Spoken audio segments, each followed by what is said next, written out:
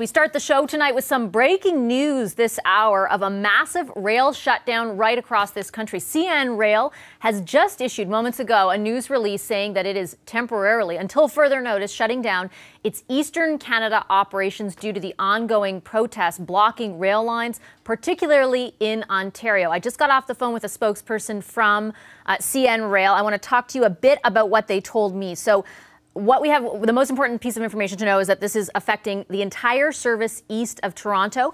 I'm told that the decision was not made lightly. It is, as I mentioned, until further notice. There's no specific timeline, but it doesn't look like it's going to clear any time. Now, there are 3 blockades that were affecting CN trains so far over the past few days. One in BC, one in Manitoba, and one in Ontario. According to the spokesperson for CN, whom I was speaking with, the one in Manitoba has been cleared. There is movement and progress, they assessed, on the one in BC. But the one in Ontario is the most problematic. And they have a court injunction, they tell me, but it is not being enforced, meaning it's not being enforced by the OPP at this time. They use the word ignored, in fact.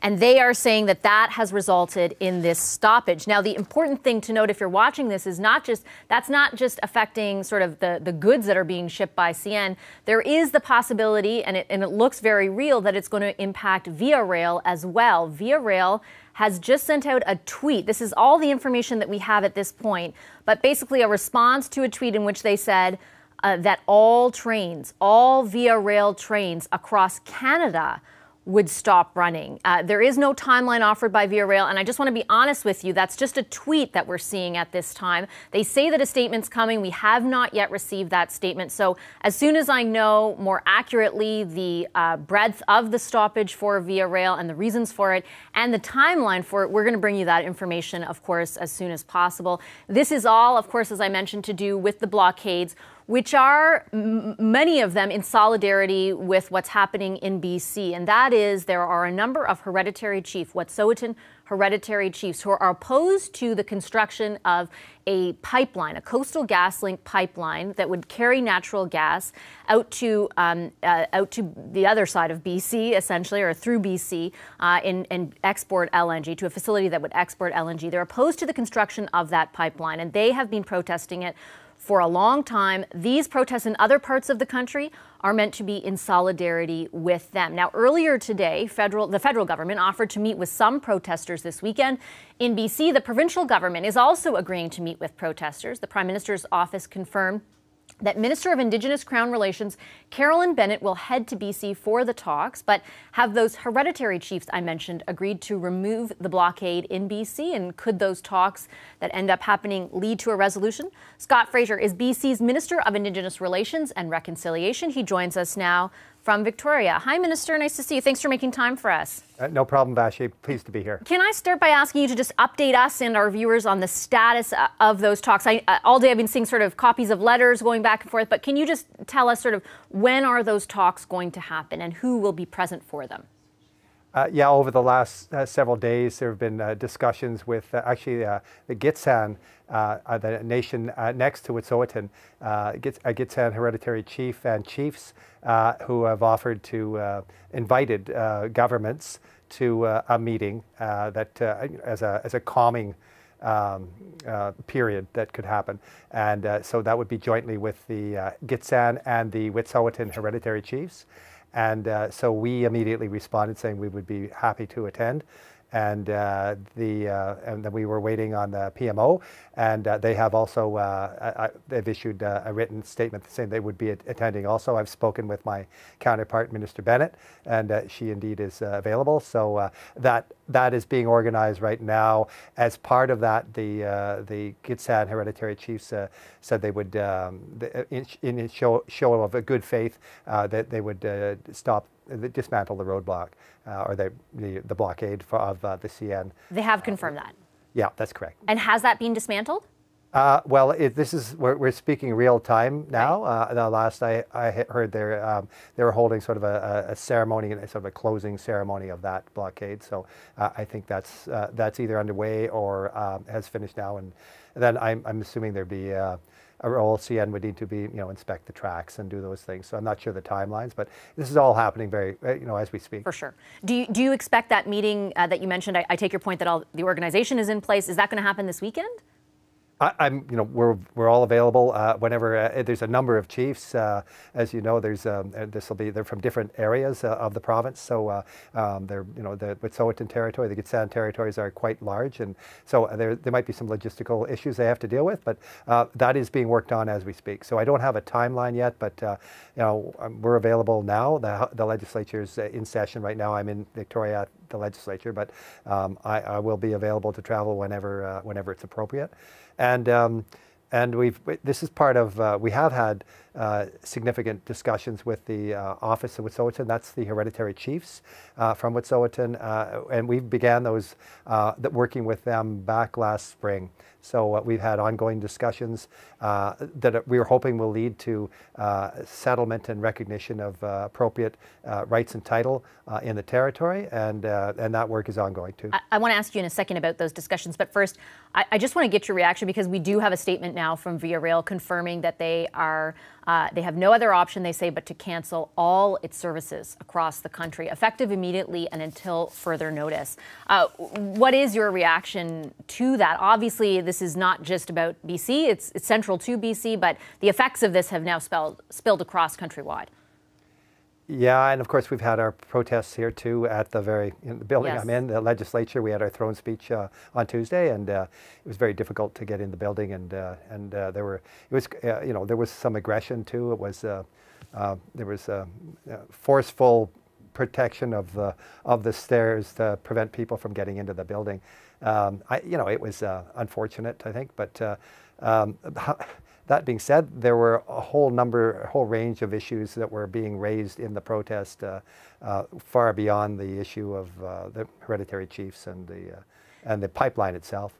There are other issues being raised, but mostly, at least from what's publicly being disseminated, those protests are being held sort of in concert or in sympathy or empathy with the hereditary chiefs and their plight. And I'm wondering, obviously, this doesn't rest entirely on your government's shoulders, but if you feel the responsibility to move as quickly as possible to seek a resolution, given the massive effects this is having, not just in BC, where it's substantial, but elsewhere.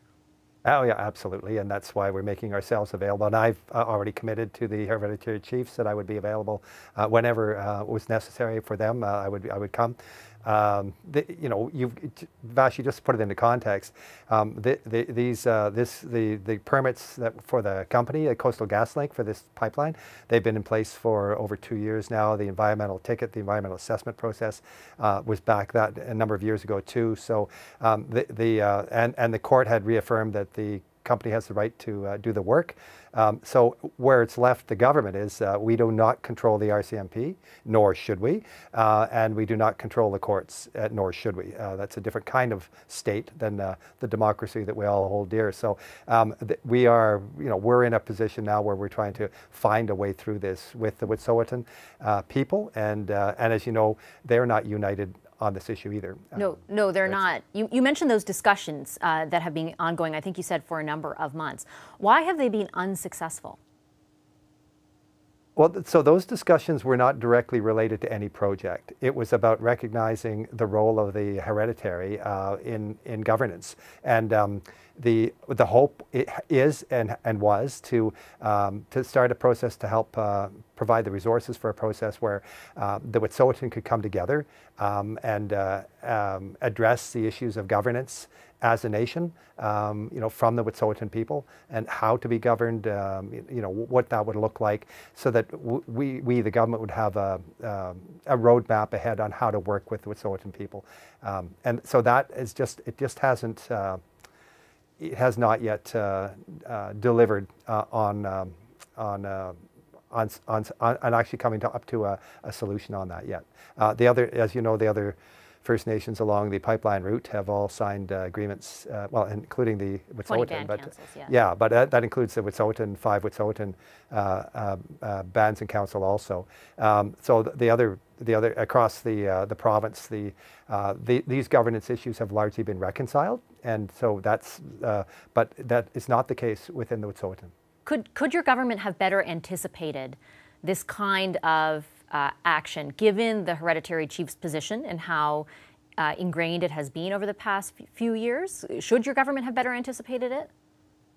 Well, you can't tell what the future will look like. I guess 2020 hindsight might help. But just to be clear, there was last January, there was an injunction. There was an access agreement between the Wet'suwet'en Hereditary Chiefs, the Coastal GasLink, the company, and the RCMP.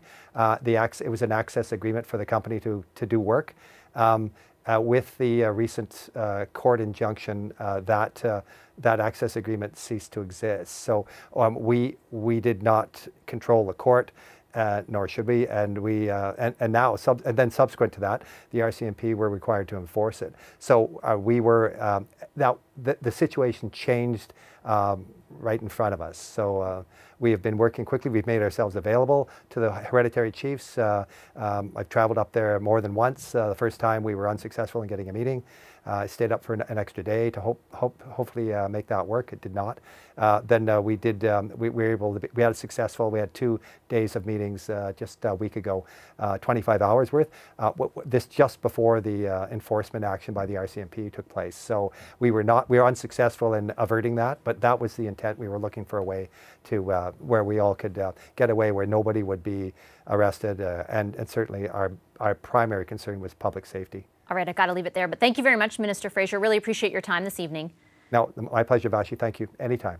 BC's Minister of Indigenous Relations and Reconciliation from Victoria. And we want to update you, of course, on the breaking news unfolding at this hour. Via Rail has just confirmed that it is cancelling its services right across Canada until further notice. In the statement that Via Rail just released, it said that it is providing full refunds for all canceled trips, which are being processed automatically, which means you don't need to contact Via. What they also go over is that the announcement that they're making, the cancellation of all those passenger trains, is due to CN Rail's announcement, which just momentarily preceded Via Rail, that it is temporarily shutting down all of its operations in Eastern Canada due to the ongoing protests blocking rail lines. Now, one of those protests, actually the one that CN zeroed in on specifically, is outside of Belleville, Ontario, where some members of the Mohawks in Tyendinaga are continuing their rail blockade in support of the Wet'suwet'en Hereditary Chiefs. That protest is into its 8th day.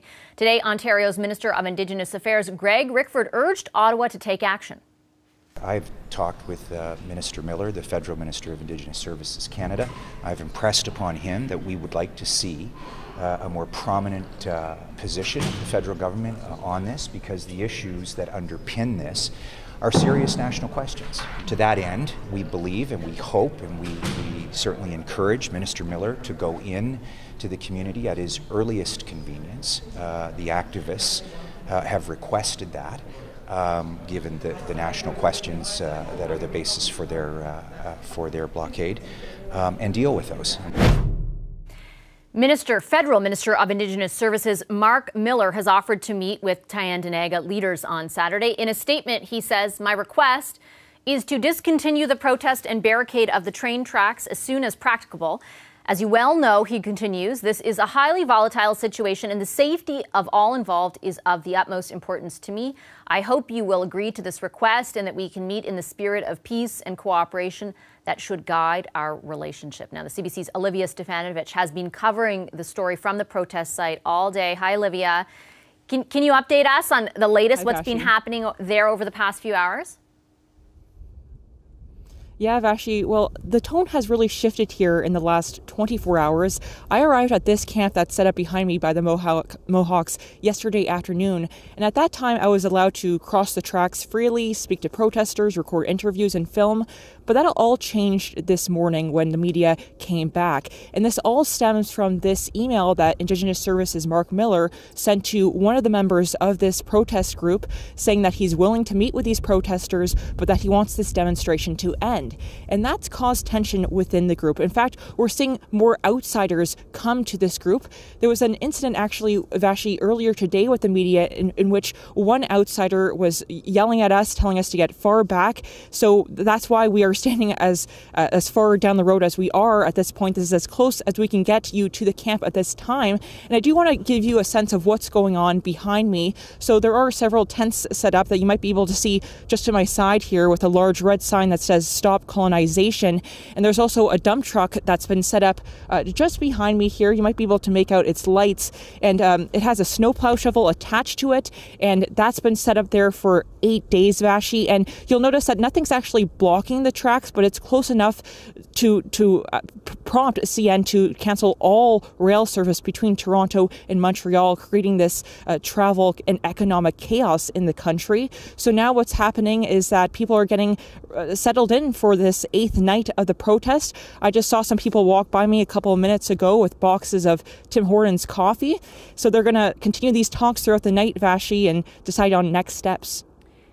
And Olivia, what are you hearing from the protesters, specifically where the federal government is concerned? Because as you mentioned with CN, CN was telling us that it's this blockade in Ontario that they say is not being enforced, that is being ignored, according to them. And that's causing them to shut down their operations in Eastern Ontario. As we mentioned off the top of the show, that's just been announced. What are you hearing from protesters about their willingness to take the minister up on his offer, that offer being stop the blockade and we can meet? Yeah. Well, there aren't a lot of public comments being made, but I can tell you from the conversations I've had with some protesters here, they actually see this as a positive move. In fact, one protester told me that he sees this as a step towards reconciliation. And that's because, Vashi, the protest here in Tyendinaga isn't just about standing in solidarity with the Wet'suwet'en hereditary chiefs in BC. It's also about addressing historical grievances here on Mohawk territory, specifically over land. Some Mohawk people do not believe CN had any authority to lay these tracks that are here behind me. So they want to have these issues addressed with Minister Miller. And it's expected that this protest could last several more days. I'm being told that they plan to stay out here, camp out here until Saturday with this meeting with Minister Miller. All right. Thanks so much, Olivia. I appreciate that update. Olivia Stefanovich for us in Tyendinaga, Ontario.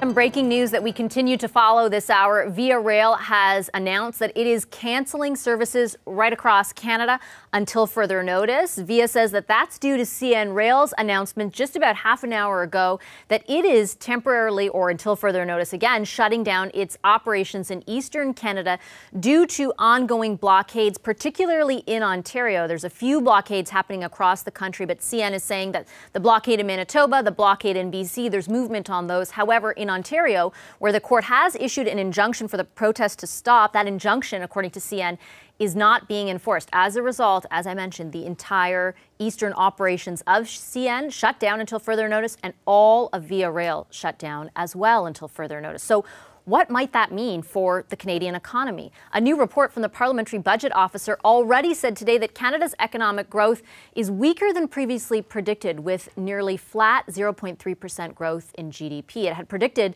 1.6% growth rate in the fall report. Now, Brian Kingston is the Vice President of Policy with the Business Council of Canada. He's been tracking these numbers, I know, very closely. Let's start off with the news that I'm guessing will not have a positive effect on the economy around these stoppages in operations for both Via and CN. What's your impression of the dent that could create in this economy?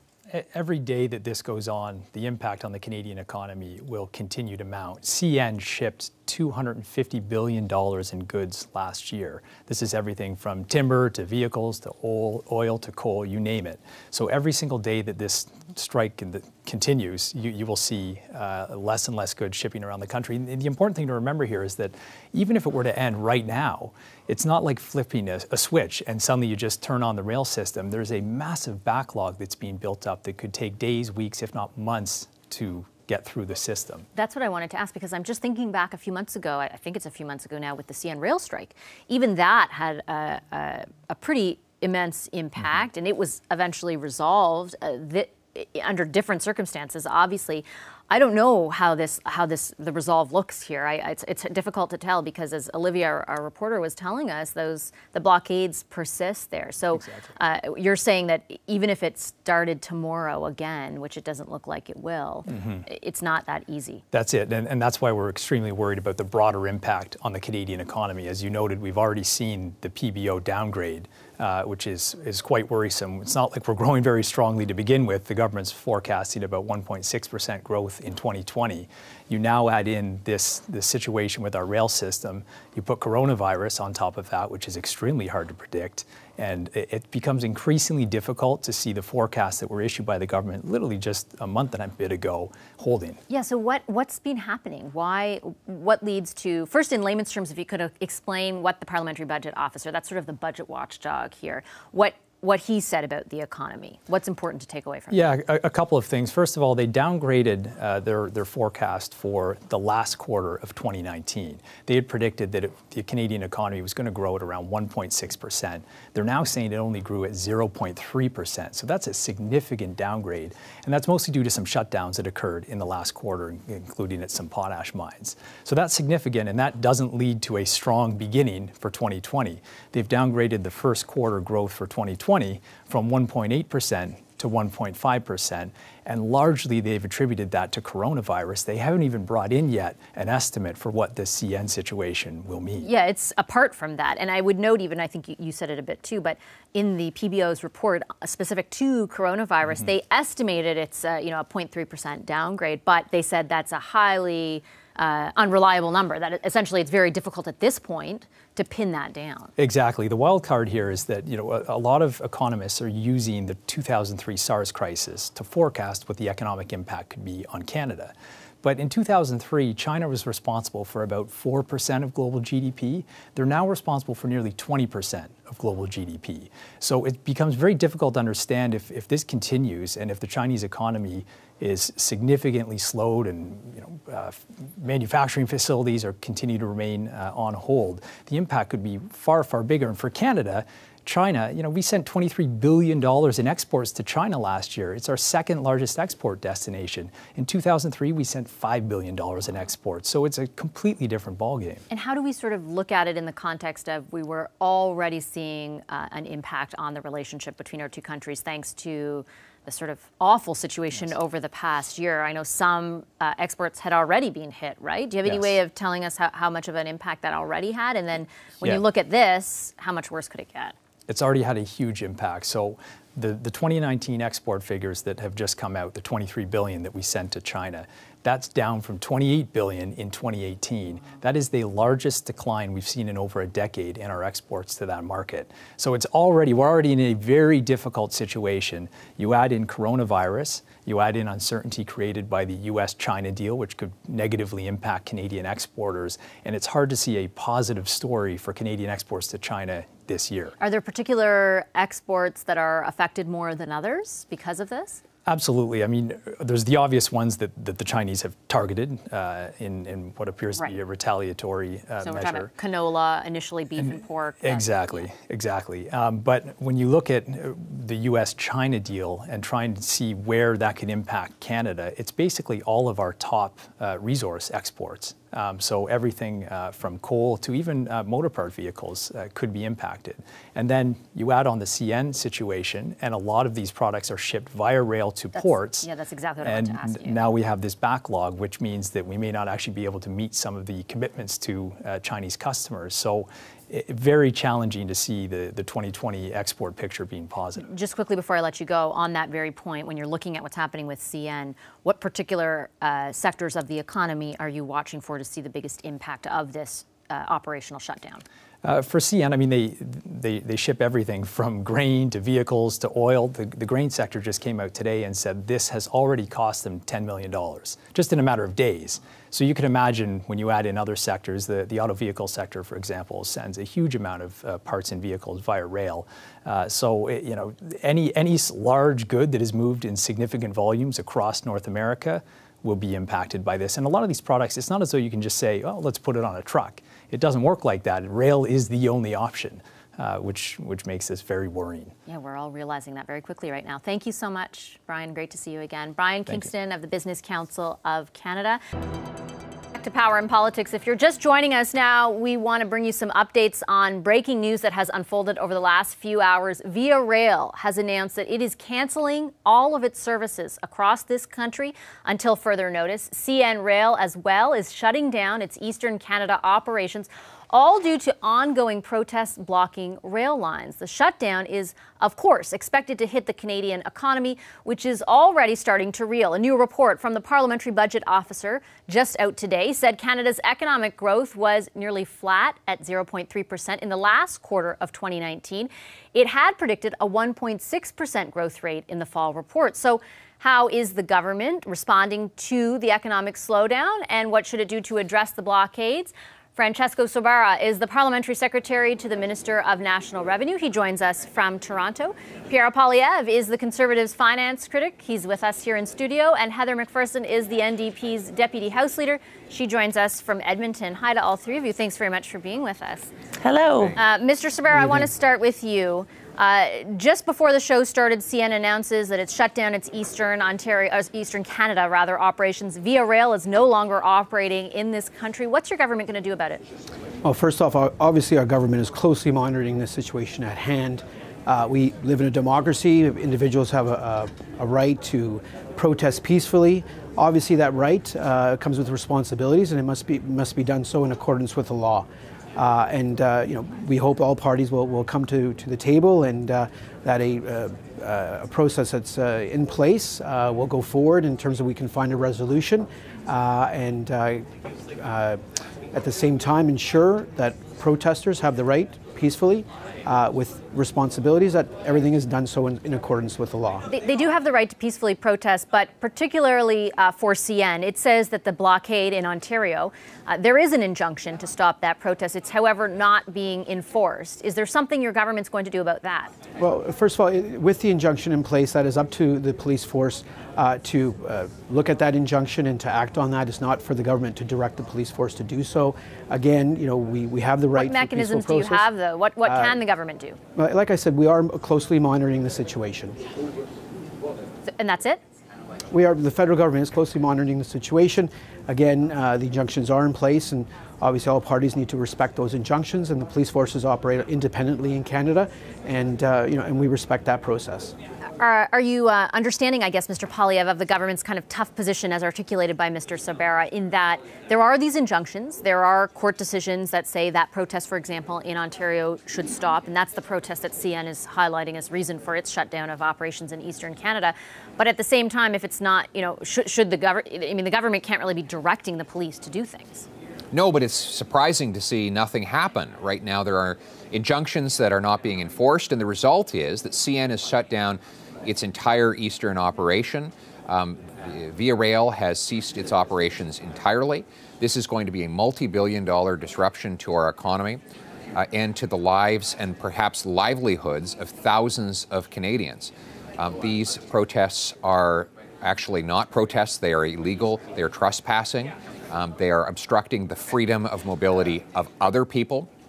You have the right to swing your fist, but that freedom stops at the tip of another person's nose. And right now, these blockaders are taking away the freedom of other people to move their goods and themselves where they want to go, and that is wrong. And the government has laws and tools in place to combat it. Right now, the Prime Minister is... What should they do? If the Prime Minister were to say, force the RCMP to go in, that could escalate things and backfire in a big way, could it not? Right now, the Prime Minister is globetrotting, campaigning for a UN Security Council seat, while here at home, all hell is breaking loose. Our economy is about to be turned on its head. Our entire transportation system is being blockaded. We have CEOs of some of the largest employers in the country who are stepping forward to say that this is a crisis.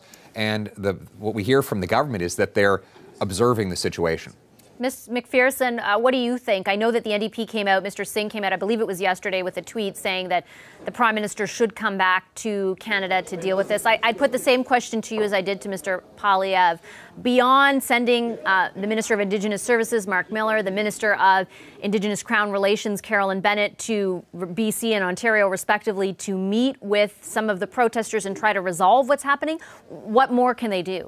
Yeah, well, and really what I'm hearing from my colleagues is the Liberals' take is that, you know, this is good enough, which of course it is not. And then, frankly, I'm disappointed to hear from the Conservatives that they don't consider this a legitimate protest. I think that what I'd like to see is I'd like to see our Prime Minister come back. I think it is completely inappropriate that he is doing this sort of last-ditch attempt for a Security Council seat, which will very unlikely to be successful, to be perfectly honest. And he needs to come and meet with the hereditary chiefs. That if we want to have a nation-to-nation conversation, we need to be doing that in good faith. He did send a letter, sorry to interrupt, but he did send a letter. There has been, there is a request for a meeting with Carolyn Bennett, who I understand will join up with Minister Fraser, the Minister of Indigenous Relations in BC. You think the Prime Minister himself should be doing it? Absolutely. Absolutely. It is nation to nation. The Prime Minister should be going there. He should be speaking to those hereditary chiefs. And frankly, this is such a result, this is such a consequence of our broken relationship with Indigenous people. And we are going to see this again and again and again until we fix that relationship, until we take concrete measures that isn't just us talking, the leader talking. Mr. Sabera, let me get you to respond to that. Should the Prime Minister be doing this himself? Should he be here? Thank you for allowing me to speak, Pashi. The first thing I would say is that there's no more important relationship for our government, whether it's this that's term what you or last say. term. It's not what you do. Then, if I can finish, please. Then our relationship with Indigenous peoples across this beautiful country. First of all, we are a government that respects someone's right to peaceful protest. Unlike Mr. Poilievre's comments, with just inflamed rhetoric, if I can add, that's not constructive. What we want to ensure is that people have the right to undertake peaceful protest in accordance with the law. There are injunctions in place, the injunctions and we hope, in due time, that a resolution is brought forth, and that all parties have their voices heard, and that comes with the right for parties to have peaceful protest. I take your point, but due time. And we are closely monitoring the situation. Things are happening, right? I take your point about due time. I totally understand what you're saying, except for in the meantime, you can't even get on a train in this country right now. Your point is well taken. There are disruptions taking place with regards to via rail and passengers, and we're quite aware of that, and the government's quite aware of that. And I would say, again, there's no more important relationship for our government than the consultative process, and we've seen what's come out of that consultative process with the go forward with the TMX pipeline, where our consultations did lead to approval by the courts. And we've seen that again and again. Our government has stepped to the plate to work with our Indigenous partners on a nation-to-nation relationship, right. And our results are there, and they're being demonstrated. Okay, I want to bring your colleagues in for a final word from each of them. Mr. Poilievre? Well, first of all, this is not peaceful. When you're blocking the flow of goods that are required for farmers to get paid, for small businesses to operate, for consumers to get the basic goods they need, when you're blocking the functioning of our national passenger rail system, that is not peaceful. Peaceful violent. No, but peaceful protesting is the ability to say anything you want, whenever you want, as loudly as you want. And that is the freedom that we should defend. I believe in defending your right to say even the things I most disagree with. But when you're blocking other people's freedom of mobility, that goes beyond peaceful protest. We now have court injunctions, so the rule of law needs to be enforced. I still don't know what that means. What does enforce mean? Just forcing the RCMP and forcing the OPP and sending the army in? Like, what is it? We need to get our rail network up and running. We need to remove people from obstructing the free flow of goods and people across this country. That needs to happen. That is the rule of law. And frankly, I think the Prime Minister has to get on a plane, come back to Canada, and do his job to get our economy rolling again. Ms. McPherson, last word to you. You know, all I will say is I think that what we need to see, I totally agree, the Prime Minister needs to come back. I would beg him to actually start, developing, to live up to his words of the most important relationship in Canada. We hear it from him, but we just don't see it. Okay, I have to leave it there. Thank you very much to all three of you for your time this evening. Really appreciate it. Thanks to Francesco Sabera, Pierre Poilievre, and Heather McPherson. Hi, I'm Vashi Capellos, host of Power in Politics. See more of our show by subscribing to the CBC News channel or click the link for another video.